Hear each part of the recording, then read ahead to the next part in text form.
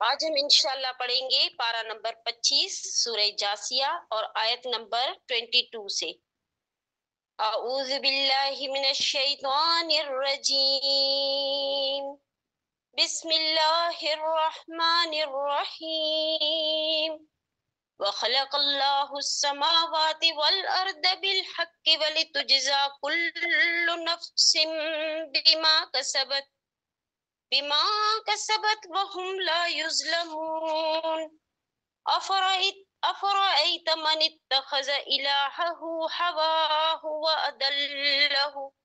وأدله الله على علم وختم على سمعه وقلبه وجعل على بصره غشاوة فمن يهديه من بعد الله أفلا تتذكرون۔ صدق اللہ العظیم۔ جزاک اللہ خیرا جزاک اللہ خیر۔ آمین جزاک اللہ۔ اعوذ باللہ من الشیطان الرجیم، بسم اللہ الرحمن الرحیم۔ رب اشرح لی صدری ویسر لی امری واحلل عقدۃ من لسانی یفقهوا قولی، رب زدنی علما۔ وخلق اللہ السماوات والارض، اور اللہ نے آسمانوں اور زمین کو حقیقی مصلحت کے تحت پیدا کیا ہے، اور اس کے لیے بھی کہ ہر شخص کو اس کی کمائی کا بدلہ دیا جائے اور ان پر ظلم نہیں کیا جائے گا۔ بھلا آپ نے اس شخص کے حال پر بھی غور کیا ہے جس نے اپنی خواہشات نفس کو الہ بنا رکھا ہے، اور لوگوں نے علم کے باوجود اسے گمراہ کر دیا، اور اس کے کان اور دل پر مہر لگا دی، اور اس کی آنکھ پر پردہ ڈال دیا۔ اللہ کے بعد اب کون ہے جو اسے ہدایت دے سکے؟ کیا تم غور نہیں کرتے؟ یہ لوگ کہتے ہیں یہ بس ہماری دنیا ہی کی زندگی ہے، ہم یہاں مرتے اور جیتے ہیں اور زمانہ ہی ہمیں ہلاک کرتا ہے۔ حالانکہ ان باتوں کا انہیں کچھ علم نہیں، اور وہ محض گمان سے باتیں کیے کرتے رہتے ہیں۔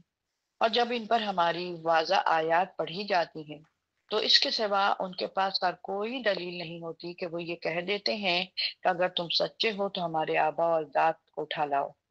آپ انہیں کہیے اللہ ہی تمہیں زندہ کرتا ہے، پھر وہی تمہیں موت دے گا، پھر قیامت کے دن تم کو جمع کرے گا جس کے آنے میں کوئی شک نہیں، لیکن اکثر لوگ جانتے نہیں ہیں۔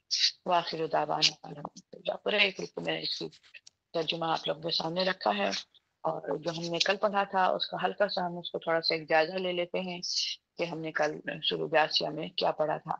یہاں پر بنی اسرائیل کی حکومت کو اللہ تعالیٰ نے کیا کیا تھا؟ حکومت دی تھی، کتاب دی تھی اور نبوت دی تھی۔ انہیں پاکیزہ چیزوں کا رزق دیا تھا، اور دنیا بھر کے لوگوں کو پر ہم نے انہیں دین کے واضح احکامات بھی دیے تھے۔ دین کے واضح احکامات اللہ تعالیٰ نے بتائے تھے کہ دین میں کیا کیا کرنا ہے، کیسے کرنا ہے، اور کس طرح سے اس کو لے کر چلنا ہے، یعنی اقامت دین کا کام، اور اللہ کے دین کو دنیا میں کیسے نافذ کرنا ہے۔ یہ ساری چیزیں میں نے تمہیں ہدایت میں بتا دی تھی، میں نے لکھ کے تمہیں بتا دیا یہ ساری باتیں۔ اب اس میں تم اختلاف کر رہے ہو، لا علمی کی بنا پر نہیں، بلکہ علم آ جانے کے بعد تم اس کے اندر جو ہے نا ایک دوسرے پر زیادتیاں کرتے ہو۔ یعنی میں نے تو بتا دیا تھا یہ کرنا ہے اور یہ نہیں کرنا، اب تم لوگوں کو علم بھی آ گیا لیکن تم اب زیادتیاں کر رہے ایک دوسرے کے اوپر، اور جس باتوں میں اختلاف کر رہے ہیں کہ قیامت کے دن جو ہے فیصلہ کیسے کیا جائے گا، فیصلہ کون سا ہوگا، قیامت کب آئے گی، قیامت نہیں آئے گی، تو یہ ساری چیزیں جو ہے نا اللہ تعالیٰ نے اپنے دین میں بتا دیا ہے کہ رسالت بتایا، اللہ کے نبی کون تھے، کیا تھے، کیسے تھے، اس سے پہلے کون کون سے نبی آئے تھے، کس کس نبیوں کے ساتھ، پیغمبروں کے ساتھ ان کے قوموں نے کیا کیا تکذیب کی تھی ان کی، اور کس کس طریقے سے اللہ کی آیات کا جب انکار کیا تھا تو اللہ تعالیٰ نے ان کے اوپر کیا کیا عذاب نازل کیا تھا، اور کس طریقے سے ان کے ساتھ، یہ ساری چیزیں ہم لوگوں نے پڑھ لیا اور اللہ نے ہمیں بتا دیا ہے۔ اب کیا ہے کہ قرآن میں جو ہے لوگوں کے لیے کیا ہے، ایک بصیرت ہے، سمجھنے کی بات ہے، عقل کی بات ہے، سمجھ کی بات ہے، اور کس کے لیے ہے وہ؟ پھر اس کے کن کے لیے؟ جو لوگ یقین رکھتے ہیں ان کے اوپر۔ پھر ہدایت بھی وہی لوگ اس سے لیتے ہیں جن لوگوں کا دل اور دماغ بالکل ایک جگہ پر صحیح عقیدے کے ساتھ چل رہا ہے، ان کا تعلق قرآن کے ساتھ جڑا ہوا ہوتا ہے، اور وہ ہوتے ہیں پھر ہدایت والے لوگ، یعنی کہ قرآن کو بار بار کیچ کرتے ہیں، قرآن پر اطاعت کرتے ہیں کہ اللہ کی ہر بات کے اوپر وہ چلنے کی کوشش کرتے ہیں. اور پھر اس کے بعد ہدایت بھی ہے یہ قرآن، اور پھر کیا ہے، رحمت بھی ہے. اللہ تعالیٰ کی رحمت برستی ہے جب انسان قرآن سے جڑ جاتا ہے. جب انسان قرآن کی آیتوں پر چلتے پھرتے جب ہم عمل کر رہے ہوتے ہیں تو سمجھیے ہم پر رحمتیں نازل ہو رہی ہوتی ہیں. قرآن کیا ہے، رحمت ہے. اللہ نے کہا رحمت ہے. اور اگر میں غصہ نہیں کر رہی ہوں، برے القاب سے نہیں پکار رہی ہوں، حسد نہیں کر رہی ہوں، اور جتنی بھی چیزوں سے اللہ نے ہمیں رکنے کے لیے کہا وہ سب ہم رک رہے ہیں، اور جو اللہ نے کرنے کے لیے کہا ہے اگر میں وہ کر رہی ہوں تو سمجھیے کہ اللہ کی رحمت مجھ پر رات دن برس رہی ہے. یہ بہت اہم نقطہ ہے کہ قرآن جو ہے ہدایت بھی ہمیں مل رہی ہے اللہ کی طرف سے، اور پھر ساتھ ساتھ ہمیں ہدایت وہ والی نہیں کہ بھائی ہدایت آئے گی تو ہم دین کی طرف آ جائیں گے، وہ والی ہدایت نہیں. ہدایت کا مطلب ہے کلام، اللہ کا کلام ہم تک پہنچ رہا ہے. یعنی کہ اللہ تعالیٰ نے پورے نمبر وائز لکھ دیا اوپر سے لے کر نیچے تک کہ یہ کرنا ہے، یہ نہیں کرنا ہے، یہ کرنا ہے، یہ نہیں کرنا ہے، ایسے نظام نافذ کرنا ہے، ایسے یہ کرنا ہے. اس کو کہتے ہیں ہدایت. اور ایک ہم وہ والی ہدایت کہتے ہیں کہ جب اللہ ہدایت دے گا تو ہم کر لیں گے. وہ یہاں پر ہے اللہ کے احکامات. اور پھر جب ہم عمل کر رہے ہوتے ہیں، یعنی کہ ہمیں اندازہ بھی نہیں ہے کہ ہم جو ہے میں صبح سے شام تک میں اللہ کی رحمت میں ہی پل رہی ہوں. کتنی بڑی بات ہے. ہم سب جتنے بھی لوگ ہم لوگ عمل کریں گے، آپ نے ایک عمل کیا آپ کے اوپر رحمتیں برس گئی، آپ نے عمل نہیں کیا پھر اللہ تعالیٰ کا غضب بھی ہو سکتا ہے. تو یہ ہمیں کوشش کرنی چاہیے کہ ہم ہر بات میں اللہ تعالیٰ کی احکامات کو پر غور کریں کہ اللہ کا حکم کیا ہے، اللہ نے کیا کہا کرنے کے لیے، اور یہ کریں گے. اور جو لوگ جو بدعمالی کر رہے ہیں پھر وہ نیک عمل کرنے والوں کے جیسے ایک جیسے کر دیں گے. یعنی کہ پھر دونوں برابر نہیں ہو سکتے ہیں جو بدعمالیاں کریں گے. یہ ہم نے کل پڑھا تھا. لیکن بات یہ ہے قرآن کو جتنی دفعہ ہم پڑھتے ہیں اس کا ایک الگ الگ ہمارے سامنے پوائنٹ دماغ میں آ رہا ہوتا ہے. یعنی ہر دفعہ آپ کو قرآن کے اندر سے ایک نیا پوائنٹ آپ کے سامنے آ جاتی ہے. قرآن کا یہ ایک اعجاز ہے، ایک زبردست قرآن کا کلام ہوتا ہے کہ آپ کو کبھی وہ حالات کے حوالے سے یہ بات سمجھ میں آتی، کبھی حالات کے حوالے سے یہ بات سمجھ میں آتی ہے. بات ساری وہی کل میں نے آپ لوگوں کو رحمت کے بارے میں اس طرح نہیں بتایا تھا، لیکن آج میرے ذہن میں خود اللہ نے ڈالا یہ بات، اور پھر میں نے آپ کے سامنے رکھ دیا کہ جو بھی ہم عمل جو چلتے پھرتے کر رہے ہوتے ہیں تو سمجھیے دراصل وہ ہم اللہ کی رحمت کے سائے میں ہوتے ہیں. اگر آپ گھر میں پردے کے ساتھ باہر نکل رہی ہیں پورا جیسے اللہ نے کہا ہے کہ اے مومن عورتوں جب تم گھر سے باہر نکلو تو اپنے اوپر چادر کا پلو لٹکا لیا کرو تاکہ تم پہچانی جاؤ اور ستائی نہ جاؤ. تو تم پہچانی جاؤ کہ تم کوئی شریف زادی، کوئی خاندانی، کوئی بہت ہی معزز قسم کی تم مسلم عورت جا رہی ہو، نہ یہ کہ تم خادمہ ہو، کنیز ہو، ماسیاں ہو، یا کوئی آوارہ قسم کی ہو، یا کوئی گندی قسم کی عورت ہو کہ تم پر الفاظ کسے جائیں، سیٹیاں بجائی جائیں اور تمہیں اپنی طرف متوجہ کیا جائے. تو ہمیں ان سب چیزوں کو اب اگر ہم پردے کر کے نکلتے ہیں تو پھر کیا ہوا، تو سمجھیے کہ ہم اللہ کی رحمت میں آ گئے. اور ہوتا بھی یہی ہے کہ اگر آپ اللہ کی رحمت میں آتی ہیں، اور باقی جو ایسے ہوتے ہیں وہ گناہ پہ گناہ، گناہ پہ گناہ، کیونکہ وہ گناہ تو ہو رہا ہے. اور میں اس دن ایسے ہی بیٹھے بیٹھے مجھے خیال آیا، میں نے کہا جو ہماری آج کل کی جو نئی نسلیں ہیں، اور عورتیں بھی ہیں، بڑے بوڑھے لوگ بھی ہیں، جو ہم اپنے بالوں کو کھلا رکھ کے جاتے ہیں، گھر سے باہر نکلتے ہیں. آپ کو پتہ ہے کہ اپنے بال دکھانا کتنا سخت منع ہے اسلام کے اندر، اور ایک ایک بال کا آپ کو حساب دینا پڑے گا. میں اگر اس کو اس طرح کے اگر ہم کسی کے سامنے اس طرح کہیں، بچیوں کے سامنے یا کسی ایسے، تو وہ لوگ کہیں کیا یار یہ تو ہر وقت روکتی رہتی ہیں، ہر وقت ٹوکتی رہتی ہیں. لیکن ان کو اندازہ نہیں ہے اس چیز کا کہ ہم کتنا غلط کام کر رہے ہیں، اور کتنا ڈھیروں ڈھیر ہم ہر وقت گناہ گناہ گناہ اللہ کی نافرمانیوں میں چل چل کے ہمارے پاس تو جمع ہوتا چلا جا رہا ہمارا مال. ایک بال کا آپ کو گناہ، اور آپ کے سر میں کتنے بال ہیں آپ کے؟ آپ نے کبھی اس بات کو سوچا ہے انسان نے؟ تو اس طرح ہم لوگ اور بھی چیزوں کا گناہ کرتے ہیں جو ہم اپنے آپ کو بے پردہ جب نکلتے ہیں. ہمارے لباس اتنے اسکن ٹائٹ قسم کے ہوتے ہیں جو کبھی ہم لوگ پہلے اس کو اندر پہنا کرتے تھے، اب ہم اس کو باہر پہنتے ہیں، جو سردیوں کی وجہ سے جو انسان لیگنگس وغیرہ پہنتا تھا. تو اب یہ ساری چیزیں کیا ہیں، ہم ان سب چیزوں کو چھوٹی چھوٹے پوائنٹس ہوتے ہیں، لیکن ان سب چیزوں سے ہمارا ذہن کھلتا ہے کہ ارے ہاں یہ بھی تو ہوتا ہے، ارے ہاں یہ بھی تو کرتے ہیں لوگ. لیکن اگر ہم نہیں اس کو بتائیں گے تو ہم سمجھیں گے کہ بھائی اچھا اس کے بارے میں تو ہم نے کبھی ذہن ہی میں نہیں کیا تھا بات. تو ذہن میں نہیں جاتی ہے نا ہر چیزوں کی بات. تو یہاں پر یہ ہے کہ پھر وہ ساری چیزیں آ گئی ہیں. اور اب ہم اب آج سے ہم مطلب ابھی جو میں شروع کر رہی ہوں وہ یہ ہے کہ اللہ نے آسمان اور زمین کو حقیقی مصلحت کے تحت پیدا کیا ہے۔ اب یہ حقیقی مصلحت کیا مطلب ہے کہ کیوں مصلحت کے تحت؟ یعنی کہ آخرت پر جو دوسری عقلی دلیل جو ہے اللہ کی حکمت کے تقاضا کیا ہے۔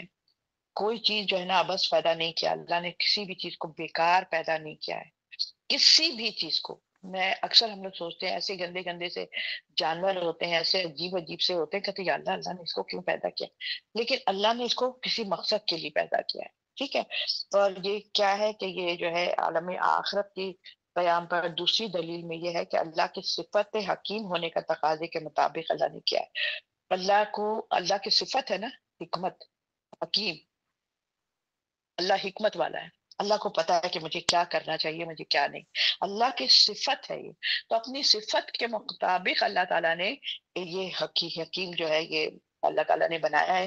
اس کی حکمت ہے اس کے اندر کہ کیوں بنایا ہے جانوروں کو یا ایسی ایسی چیزوں کو۔ یعنی اللہ کا کوئی کام بھی جو ہے وہ حکمت اور مصلحت سے خالی نہیں ہوتا ہے۔ اگر اللہ نے کیا ہے تو پھر صحیح کیا ہے، اگر اللہ کے رسول نے کہا ہے تو صحیح کہا ہے، اللہ کی آیت میں ہے تو پھر صحیح ہے، وہ میرے لیے فائدہ مند ہے۔ تو اس میں حکمت ہے۔ اللہ تعالیٰ ہم اپنے بندوں سے بہت محبت کرتا ہے۔ کیوں کرتا ہے؟ کیونکہ اللہ نے ہمیں بنایا ہے، ٹھیک ہے، اللہ نے ہمیں بنایا۔ جیسے ہم ایک جنم دیتے ہیں ایک بچے کو نا، خواتین ایک بچے کو جنم دیتی ہے تو جنم دینے میں اس کو کتنی محبت ہوتی ہے اس بچے سے۔ تو اللہ تعالیٰ نے تو اپنے نق سکھ سے بھی اس کو بنایا اور جنم بھی دیا ہے، یعنی کہ دنیا میں اس کو رکھا بھی ہے اور اس کو اتنی ساری نعمتوں سے مالا مال کیا ہے اللہ نے۔ تو اللہ تو حکمت سے خالی نہیں ہے کہ مجھے کس کے ساتھ کیسے کرنا ہے، اور اس کی مصلحت سے بھی خالی نہیں۔ تو کیا یہ جو سارا جو کائنات کا جو کارخانہ ہے حکمت سے خالی ہو سکتا ہے؟ اگر اس میں اللہ کی حکمت نہیں ہو کہ مجھے کہاں پہ بارش برسانا ہے، کہاں پہ نہیں برسانا ہے، کہاں پہ ہلکی برسانا ہے، کہاں پر تیز برسانا ہے، یہ اللہ تعالیٰ کو اچھی طرح پتا ہے کہ مجھے کیا کرنا ہے۔ جب اتنا پیارا رب ہمارے ساتھ 24 گھنٹہ اللہ ہمارے ساتھ رہتا ہے تو ہم کیوں نہ اس کی بات مانیں؟ ضرور اس میں مصلحت ہے، اس آیت میں ضرور مصلحت ہے جو میں کر رہی ہوں جا کر۔ میں اگر فرض کرو میں اگر اللہ تعالیٰ نے کہا کہ ماں باپ کے ساتھ مطلب یہ کہ اونچی آواز میں اپنے کندھے کو جھکا کے رکھو اور ان کے لیے دعا کرو، رب اغفر ورحم رب ارحمہما کما ربیانی صغیرہ، ان کے لیے دعا کرو۔ تو یہ کیا ہے؟ دعا کرو، کرو کا مطلب ہے احکامات ہے، یہ حکم ہے، یہ احکامات مانے بہت سارے احکامات، حکم ایک کو کہا جاتا ہے۔ تو یہ حکم ہے اللہ کا کہ تم ان کے لیے دعا کرو۔ اب دیکھیں میں اکثر یہ بھی سوچتی ہوں کہ اللہ کتنا رحمان اور رحیم کہ اللہ نے یہ دعائیں ہمیں اس طریقے سے سکھا دی۔ ہم اپنی نماز میں ہر وقت پڑھتے ہیں رب اجعلنی من مقیم الصلاۃ ومن ذریتی ربنا تقبل ربنا اغفر لی ولوالدی، ہم اپنے والدین کے لیے دعا مانگتے ہیں رب اغفر لی ولوالدی۔ تو ہمیں اللہ نے خود بخود سکھا دی، یعنی کہ اللہ نے خود بخود یہ کام ہم سے روزانہ لے رہا ہے، ہر نماز میں لے رہا ہے کہ تم اپنے والدین کی مغفرت کی دعا مانگو، ٹھیک ہے، چاہے وہ زندہ ہو چاہے وہ انتقال کر گئے ہوں، دنیا سے چلے گئے، لیکن تم ان کے لیے دعا مانگو، یہ حکم ہے اللہ کا، تو ہم کر رہے ہیں۔ اور اسی طرح اللہ نے اپنے سورہ بنی اسرائیل میں جو والدین کے لیے دعا بتائی گئی ہے رب ارحمہما کما ربیانی صغیرہ، اے اللہ میرے ماں باپ پر رحم فرما جس طرح انہوں نے بچپن میں ہم پر رحم فرمایا تھا۔ تو یہ ہم نے دعا پڑھتے رہنا ہے اپنے والدین کے لیے، چاہے وہ زندہ ہو یا ہمارے پاس سے چلے گئے گزر چکے۔ اللہ تعالیٰ جس کے والدین چلے گئے اللہ ان کی مغفرت فرمائے، اور جس کے والدین زندہ ہیں اللہ تعالیٰ ان کو توفیق عطا فرمائے کہ وہ اپنے والدین کی بے انتہا ان کی خدمت کر کے اپنی جنت کو کما لیں۔ اور نامراد ہوا وہ شخص، وہ ہے نا کہ نبی صلی اللہ علیہ وسلم کی جو بات ہے کہ جس نے بڑھاپے میں اپنے ماں باپ کو پائی اور ان کی خدمت حاصل کر کے جنت میں نہ چلا گیا، وہ برباد ہو جائے وہ شخص۔ تو آپ سوچیں کہ کتنی بڑی بڑی باتیں ہیں، اس کو ہم لوگ کتنا زیادہ ہلکا لیتے ہیں اس سب چیزوں کو۔ تو یہ ہے کہ اچھا جو ہم اس میں پھر کیا ہے حکمت سے جو ہے اس میں ایک ایک چیز انسان کے لیے اللہ تعالیٰ نے دنیا میں پیدا کی ہے، سب چیزیں اللہ نے انسانوں کے لیے پیدا کی ہیں، چاہے وہ دھوپ کی تیزی بھی ہے تو وہ بھی ضروری ہے کیونکہ اس سے پھل پکتے ہیں، پھولوں میں رنگ آتے ہیں اس سے، تو وہ پھول جب ہم دیکھتے ہیں تو دیکھو کیسے کیسے رنگ کے پھول ہیں، یہ دھوپ کی روشنی سے اس کے رنگ بدلتے ہیں۔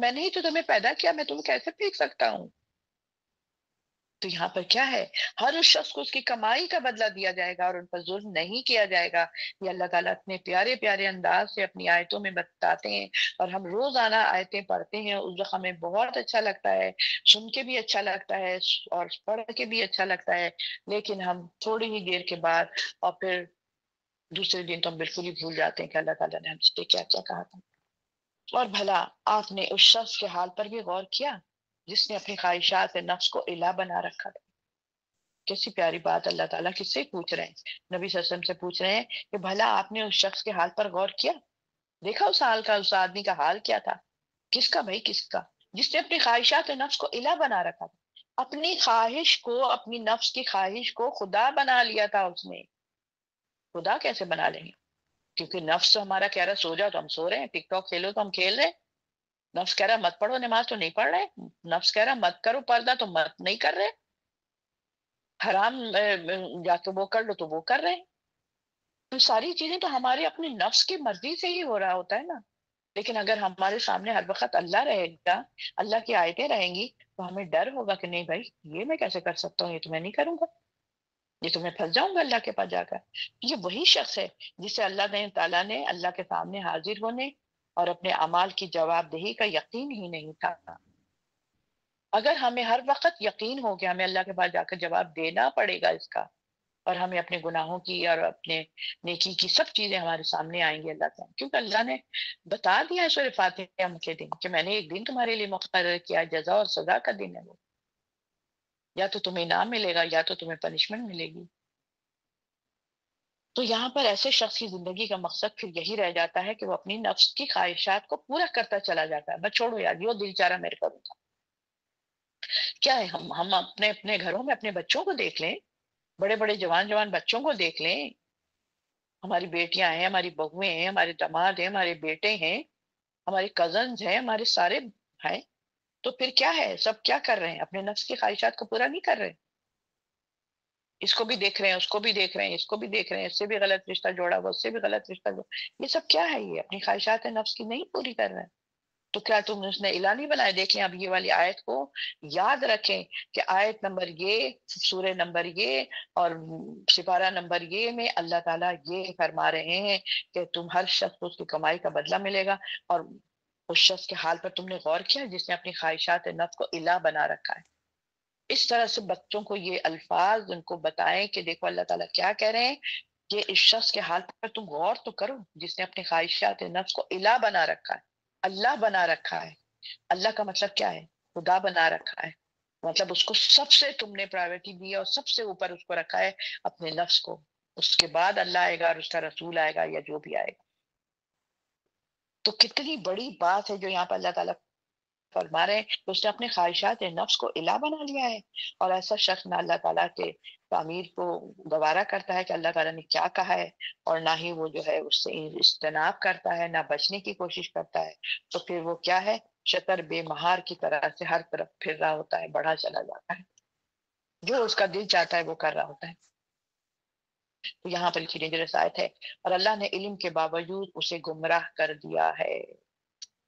کتنی بڑی بات ہے، علم کے باوجود اللہ نے اسے گمراہ کر دیا ہے. اب اللہ نے گمراہ کیوں کیا ہے کہ تم گمراہی کے راستے پر چل رہے تھے، تو وہ راستہ میں نے تمہارے لیے آسان کر دیا. اب تم چلتے رہو گمراہی کی طرف. تم نے پسند یہی کیا تھا نا، تم نے اپنا الہ بنایا تھا نا نفس کو، تو تم نفس کو تمہارے آگے پیچھے کر دوں گا میں، پھر کرتے رہو تم نفس کی بات مانتے رہو. تو اس کو گمراہ کر دیا. یا اور اس کے بعد پھر کیا ہے، اس کے کان اور دل پر ہم نے پھر مہر لگا دی اور اس کی آنکھ پر ہم نے پردہ ڈال دیا. کتنی مطلب انا للہ، کیسی پیاری پیاری آیتیں اللہ نے بتا کے سمجھا رہا ہے کہ اس کے کان میں ہم نے کیا کیا. کان سے انسان سنتا ہے اور دل سے انسان پر دل چاہتا ہے، آنکھوں سے وہ دیکھتا ہے. تو یہ تینوں چیزیں جو ہے نا بہت ہی ڈینجرس ہوتی ہیں، آنکھ، کان، دل اور اس کے بعد آنکھ. اب آپ کہیں گے زبان کیوں نہیں دیا؟ جیسے میں سوچ رہی ہوں کہ زبان کے بارے میں کیوں نہیں کہا، ہم تو زبان بہت چلاتے ہیں. زبان ہم چلاتے ہیں، دل ہمارا اس کی طرف وہ کرتا ہے، آنکھوں پر پردہ پڑا ہوتا ہے، اس لیے ہماری زبان پھر چلنا شروع ہو جاتی ہے. ہمیں اچھے برے کی تمیز ہی نہیں رہتی.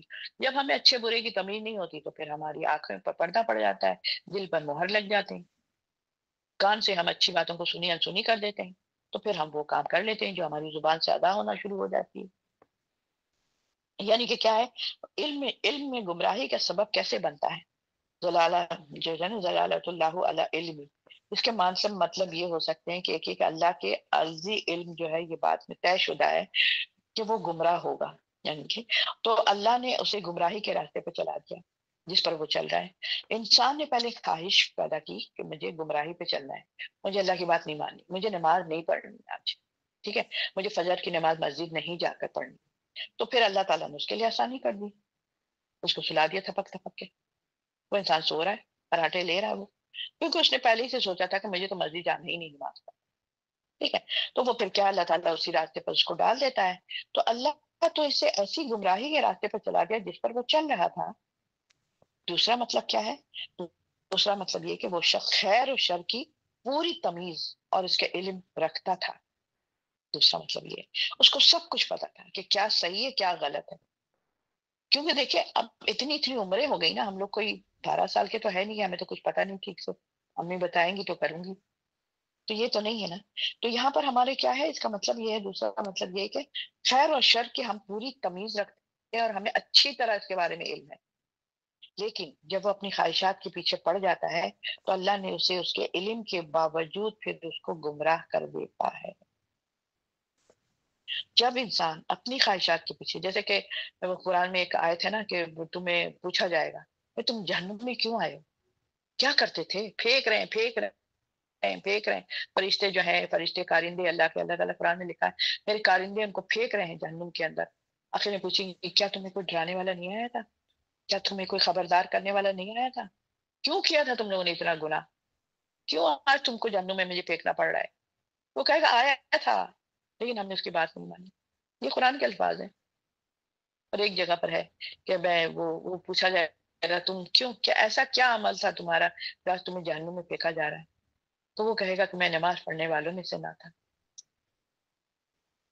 ہم سمجھتے اتنا ہلکی پھلکی کام ہے، نماز مت پڑھو، جب مرضی ہے پڑھ لو، جب مرضی ہے مت پڑھو، کوئی بات نہیں، ایسی بات نہیں ہے. وہ کہے گا کہ میں نماز پڑھنے والوں میں سے نہ تھا. صاف علی. تو یہاں پر کیا ہے، یعنی کہ پوری تمیز رکھتا ہے خیر و شر کی، پھر بھی اس کے اوپر نہیں چل رہا ہوتا ہے. اور پھر لیکن جب وہ اپنی خواہشات کے پیچھے پڑ گیا تو اللہ تعالیٰ نے پھر اس کو، اس کے علم کے باوجود اسے پھر گمراہ کر دیا. اس کو تو علم ہے پھر بھی وہ گمراہ ہو گیا، کیونکہ گمراہی کا راستہ اس نے منتخب کیا اپنے لیے خود، تو پھر اللہ نے اس کے لیے آسانی کر دی.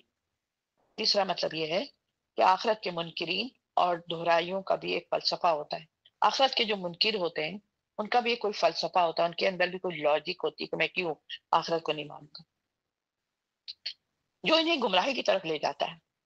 جب منکر ہو جاتا ہے انسان، انکار کرنے والا، تو پھر وہ کیا ہو جاتا ہے، گمراہی کی طرف چلا جاتا ہے، گمراہ ہو جاتا ہے، گم ہو جاتی ہے اس سے اپنا راستہ، صراط مستقیم گم ہو جاتا ہے، وہ شر والے راستے کو پکڑ لیتا ہے. ہر وقت ہم کہتے ہیں اہدنا الصراط المستقیم، اہدنا الصراط المستقیم، اے اللہ ہمیں سیدھا راستہ دکھا، اے اللہ ہمیں سیدھا راستہ دکھا. تو سیدھا راستہ اللہ تو دکھانے کے لیے بیٹھا ہے، تم نے تو خود ہی راستہ غلط چن لیا. میں نے تو تمہیں حکم دیا تھا کہ ایسے کرنا، ایسے چلنا، ایسے پڑھنا، ایسے کرنا، یہ کرنا، وہ کرنا، یہ نہ کرنا، وہ تم نے تو دیکھا ہی نہیں میری آیت کی طرف. جب تم نے اپنے منتخب کر لیا اپنے لیے گمراہی، تو پھر تم جاؤ، تو پھر اللہ تعالیٰ بھی چھوڑ دیتا ہے. تو یہاں پر کیا ہے، چوتھا یہ ہے کہ اس مذہبی فرقوں کے بانی جو ہوتے ہیں عموماً عالم دین ہوتے ہیں اور ذہین لوگ ہی ہوا کرتے ہیں. مذہبی جو فرقہ بنا لیتے ہیں اس میں زیادہ تر کون ہوتے ہیں، ذہین لوگ ہوتے ہیں، عالم لوگ ہوتے ہیں، اور وہ اپنی خواہشات کے پیچھے لگ کر کتاب و سنت میں تعویلیں پیش کرتے ہیں. اس آیت کا یہ مطلب ہے، اس آیت کا وہ مطلب ہے. اگر یہ مطلب ہے تو نبی صلی اللہ علیہ وسلم کی حدیث نکال کے دیکھ لیں کہ نبی صلی اللہ علیہ وسلم نے اس آیت کے ساتھ کیا معاملہ کیا تھا. آیتیں تو آپ کو بہت ساری حدیث سے ملتی ہیں، بالکل بہت زیادہ ملتی ہیں. ہم صحیح بخاری اور یہ کیا ہے، وہ قرآن کی آیتیں بھی اس کے اندر ہوتی ہیں، اور ساتھ ساتھ وہ نبی صلی اللہ علیہ وسلم نے کیا فرمایا وہ بھی ہوتی ہیں.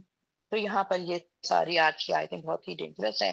یہاں پر اللہ تعالیٰ کیا فرما رہا ہے کہ ہم نے پھر ان کے کان اور دل اور پر مہر لگا دی اور آنکھ پر ان کے پردہ پڑ گیا. جب پردہ پڑ جاتا ہے تو پیچھے کی چیزیں ہمیں نظر نہیں آتی کہ ادھر کیا ہے، تو آنکھوں پر پردہ پڑ جاتا ہے. اللہ کے بعد اب کون ہے جو اسے ہدایت دے سکے، جب اللہ ہی ہدایت دے رہا ہے، لینے کی ہماری خواہش ہی نہیں ہے، تو ہم اور آپ چاہے آپ اس کو جتنا بھی بولے نماز پڑھ لو بیٹا، نماز پڑھ لو بیٹا، مسجد چلے جاؤ، نماز پڑھنے کے لیے چلے جاؤ، ارے بھائی آپ چپ رہے ہیں، آپ ہر وقت ایک ہی بات بولتی رہتی ہیں۔ ٹھیک ہے، پھر کیا تم غور نہیں کرتے؟ اللہ تعالیٰ ہم سے سوال کر رہا ہے، کیا تم غور نہیں کرتے؟ یہ لوگ کہتے ہیں کہ بس ہماری دنیا ہی کی زندگی، ہم یہی مریں گے اور جئیں گے اور کوئی زمانہ ہلاک نہیں کر سکتا۔ جو لوگ نان مسلم ہیں، جن کو آخرت کا انکار ہی ہے، وہ لوگ کہتے ہیں بھائی چھوڑو، رہنے دو، یہ دنیا کی ہی زندگی ہے، ہم مریں گے، ختم ہو گیا سلسلہ، اب کوئی ہم دوبارہ زندہ نہیں ہوں گے، ہماری راہ کو سمندر میں پھینک دیا گیا، بہا دیا گیا، ختم ہے، وہ انسان کدھر ہے، کچھ بھی نہیں ہے اس کا، اب کیا دوبارہ زندہ ہوگے؟ ارے تم پہلی دفعہ کیسے زندہ ہو گئے تھے؟ پہلی دفعہ بھی تو اللہ ہی نے زندہ کیا تھا، تو کیا دوبارہ اللہ ہر چیز پر قادر نہیں ہے، قدرت نہیں رکھتا ہے کہ تمہیں زندہ کرے؟ وہی مارتا ہے، وہی جلاتا ہے، وہی اٹھاتا ہے، وہی سلاتا ہے، وہی کھلاتا ہے، وہی پلاتا ہے، تو وہ دوبارہ بھی پیدا کر سکتا ہے۔ تو یہاں پر پھر کیا ہے، جو ہے اس کے اندر کیا ہے، یہ ساری چیزیں جو ہے ہمیں دیکھنا پڑے گا۔ اس کے بعد اب کون جو ہدایت دے؟ اچھا یہ لوگ کہتے ہیں یہ بس دنیا کی زندگی ہے اور اس میں ہم مر جائیں گے، حالانکہ ان باتوں کا انہیں کچھ علم بھی نہیں ہے، حالانکہ پتہ بھی نہیں ہے کہ ہوگا کیا آخرت میں، کیا کیا ہوگا۔ بس میری کتاب میں جو میں نے لکھ دیا ہے، اللہ کی کتاب سے ہمیں تو پتہ چلا ہے کہ آخرت میں اللہ نے کہا ہے کہ میں کیا کیا کروں گا، کھولتا ہوا پانی ان کے سر پہ ڈے لوں گا، اور زرخون کی غذا کھائیں گے جس سے گلا ان کے چھل جائیں گے، حلق ان کے، اور وہ ساری چیزیں ہمیں اس کتاب سے پتہ چلا ہے، اللہ کی کتاب سے ہمیں پتا چلا۔ اب اگر کوئی اللہ کی کتاب ہی نہیں پڑھے گا تو نہ وہ ڈرے گا، نہ اس کو کوئی فکر ہوگی، وہ بہت لائف میں انجوائے کر رہا ہے اپنی زندگی میں، خوب اچھی اس نے ڈگری لی ہے، خوب اچھی پڑھائی کیا اس نے، بہت سارے پیسے کما رہے ہیں، بہت سارے بچے ہیں اس کے، سب خوشیاں ہیں، گھر میں گاڑی ہے، نوکر ہے، چاکر ہے، بس ہماری یہی زندگی۔ اب مر کے کیا دوبارہ زندہ ہو کے حساب دینا پڑے گا؟ نماز کیوں نہیں پڑھا، تو روزہ کیوں نہیں رکھا، تو فلانا کیوں نہیں کیا؟ تو یہ پھر مر کر ہم اسی میں مل جائیں گے۔ تو یہ زمانے کے حوالات ہیں جو ہم پیدا کرتے ہیں اور مارتے رہتے ہیں۔ اللہ تعالیٰ کا ایک سسٹم ہے، ایک آ رہا ہوتا ہے، ایک جا رہا ہوتا ہے، ایک آ رہا ہوتا ہے، ایک جا رہا ہوتا ہے، اور یہ کائنات ہر اسی طرح سے چل رہی ہوتی ہے اور چلتی رہے گی قیامت تک، یہ کائنات اسی طرح چلے گی۔ اللہ تعالیٰ نے کہا ہے جس میں کسی کے مر کر دوبارہ جینے کا کوئی سوال ہی پیدا نہیں ہوتا ہے، کہ اگر ہم دنیا میں ایک دفعہ مر گئے تو ہم دوبارہ جو ہے پھر سے ہم دنیا میں نہیں آئیں گے، جس میں کسی مر کر دوبارہ جینے کا سوال ہی پیدا نہیں، یعنی کہ دنیا میں ہم دوبارہ پیدا ہونے کے لیے نہیں آئیں گے، ہم آخرت کے لیے آئیں گے۔ اب اس دن اٹھائے گا اللہ تعالیٰ ہم سے، اور پھر اس کے بعد اگر تم سچے ہو تو لاؤ کوئی واضح آیت پڑھی جاتی ہے، جب ہماری واضح آیت پڑھی جاتی ہے اس کے سوا ان کے پاس کوئی دلیل نہیں ہوتی، کہ وہ یہ کہہ دیتے ہیں اگر تم سچے ہو تو ہمارے آبا و اجداد کو اٹھا کر لاؤ، دکھاؤ مجھے، زندہ ہو جائیں گے نا، تو میرے ماں باپ جو مر گئے ہیں پرانے، دادا دادی اور پردادا پردادی، ان سب کو اٹھا کر تو لاؤ، دکھاؤ تو صحیح ہمیں۔ تو یہ والی بات ہے یہاں پر کہ وہ ایسا نہیں اللہ تعالیٰ دکھائے گا، تو اس کا ایک دن مقرر کیا ہوا اللہ تعالیٰ نے، اس دن وہ اٹھائیں گے۔ اور آپ انہیں کہیے کہ اللہ ہی تمہیں زندہ کرتا ہے، پھر وہی تمہیں موت دے گا، اور پھر قیامت کے دن تم کو جمع کرے گا، جس کے آنے میں تم کوئی شک نہیں ہے۔ مگر اکثر لوگ اس کو جانتے بھی نہیں ہیں کہ ایسا بھی ہوگا۔ یہاں پر جو ہے یہ بہت زیادہ اس میں سوچنے کی بات ہے کہ کون لوگ ہوتے ہیں جن کو مرنے کے بعد زندگی یقین ہے، ایک مطلب وہ ہے۔ تو اس طریقے سے کی یہ ساری چیزیں ہیں کہ آپ انہیں کہیے کہ اللہ ہی تمہیں زندہ کرے گا اور پھر تمہیں وہی موت دے گا، ٹھیک ہے، نبی صلی اللہ علیہ وسلم کو اللہ تعالیٰ بتا رہے ہیں، اور پھر قیامت کے دن تم کو جمع کرے گا، جس کے آنے میں کوئی شک نہیں ہے۔ لیکن کیا ہوتا ہے، اکثر لوگ اس کو جانتے نہیں ہیں، یعنی کہ بہت سے لوگ اس کو نہیں مانیں گے کہ ہم دوبارہ زندہ ہوں گے۔ تو بس ہمیں آج کے جو سبق ہے، ہمیں اس میں سے بہت اہم نکات ملتے ہیں کہ ہمیں اللہ کی آیات کے اوپر چلنا ہے، اللہ کے ہر احکامات کو ماننا ہے، ورنہ ہمیں گمراہی میں جانے میں دیر نہیں لگے گی، اور پھر اللہ تعالیٰ ہمیں گمراہیوں میں ڈال دے گا اور وہی راستہ ہمارے لیے آسان کر دے گا جس پر ہم چلنا چاہتے ہیں۔ وآخر دعوانا الحمد للہ رب العالمین۔ ربنا تقبل منا انك انت السميع العليم وتب علينا انك انت التواب الرحيم وصلى الله تعالى على خير خلقه محمد وآلہ وصحبہ اجمعین برحمتک یا ارحم الراحمین۔ یا رحمان یا رحیم، اے ہمارے رب، اے ہم سب کو پیدا کرنے والے اللہ، اس زمین آسمان کے بادشاہ، اے اللہ ہم آپ کا بہت زیادہ شکر ادا کرتے ہیں کہ آپ نے ہمیں یہ کتاب عطا فرمائی، ہمیں امت مسلمہ بنایا، ہمارے لیے نبی بھیجے، ہمارے لیے رسول بھیجے۔ اے رب العزت، ہم قرآن پڑھتے تو ہیں، اے رب العزت ہم عمل نہیں کرتے، اللہ ہمیں عمل کرنے والا بنا دیجیے، اے اللہ ہمیں سیدھا سیدھا کر دیجیے، اللہ ہمیں غلط راستوں سے بچا لیجیے، اے اللہ ہم بچنا چاہتے ہیں رب العالمین، آپ ہماری مدد فرمائیے، ہم سب کو ہر گناہوں سے بچا لیجیے، ہماری اولادوں کو اور سب کو رب العالمین۔ اے اللہ ہم آپ سے جنت الفردوس کا سوال کرتے ہیں، جہنم سے پناہ مانگتے ہیں، میرے ماں باپ پر رحم فرمائیے جس طرح انہوں نے ہمیں بچپن میں رحم فرمایا، تمام مومنین کو معاف کر دیجیے، جو لوگ بھی دنیا سے چلے گئے ہیں حضرت آدم علیہ السلام کے وقت سے لے کر اب تک جتنے بھی مسلمان اس دنیا سے گئے ہیں، اللہ ان سب کی مغفرت فرما دیجیے، ان کے درجے بلند کر دیجیے، انہیں جنت الفردوس عطا فرما دیجیے، اور ہمیں بھی ان کا ساتھ عطا فرما دیجیے، اللہ ہمیں دین اور دنیا دونوں جہاں کی بھلائیاں عطا فرما دیجیے، اللہ ہمیں قرآن والا بنا دیجیے، اللہ ہمیں چلتا پھرتا قرآن بنا دیجیے رب العالمین، اللہ جو ہم سنتے ہیں اللہ ہمیں اس کو عمل کرنے کی توفیق عطا فرما دیجیے، ہم ہر اس خیر کا سوال کرتے ہیں رب العالمین آپ سے جو ہمارے نبی صلی اللہ علیہ وسلم نے آپ سے مانگی، اور ہر اس شر اور برائی سے ہم پناہ مانگتے ہیں جو نبی صلی اللہ علیہ وسلم نے آپ سے مانگی، ہم سب کے گھروں میں جو لوگ بھی بیمار ہیں اللہ ان کو بہترین صحت کاملہ اللہ اور عاجلہ عطا فرما دیجیے، ان کی بیماریوں کو ختم کر دیجیے، اے اللہ جو لوگ قید میں ہیں اللہ ان کو قیدیوں سے رہائی عطا فرما دیجیے، اے اللہ ہماری ڈاکٹر عافیہ کو رہائی عطا فرما دیجیے، اے رب العزت جو لوگ پریشان حال ہیں ان کی پریشانیوں کو دور کر دیجیے، اللہ جو لوگ رزق کی تنگی میں مبتلا ہے اللہ ان کے رزق میں کشادگی عطا فرما دیجیے، اے اللہ جو ہمارے بچے نافرمان ہو رہے ہیں اللہ انہیں فرما بردار بنا دیجیے، ہماری آنکھوں کی ٹھنڈک بنا دیجیے رب العالمین، اے اللہ ہمیں دین اور دنیا دونوں جہاں کی بھلائی عطا فرمائیے، ہم سب کا آنا یہاں پر اپنی جناب میں قبول فرما لیجیے، ربنا تقبل منا انك انت السميع العليم سبحانك اللهم وبحمدك نشهد ان لا اله الا انت نستغفرك ونتوب اليك اللهم صل على محمد وبارك وسلم عليه الحمد لله رب العالمين السلام علیکم ورحمۃ اللہ وبرکاتہ۔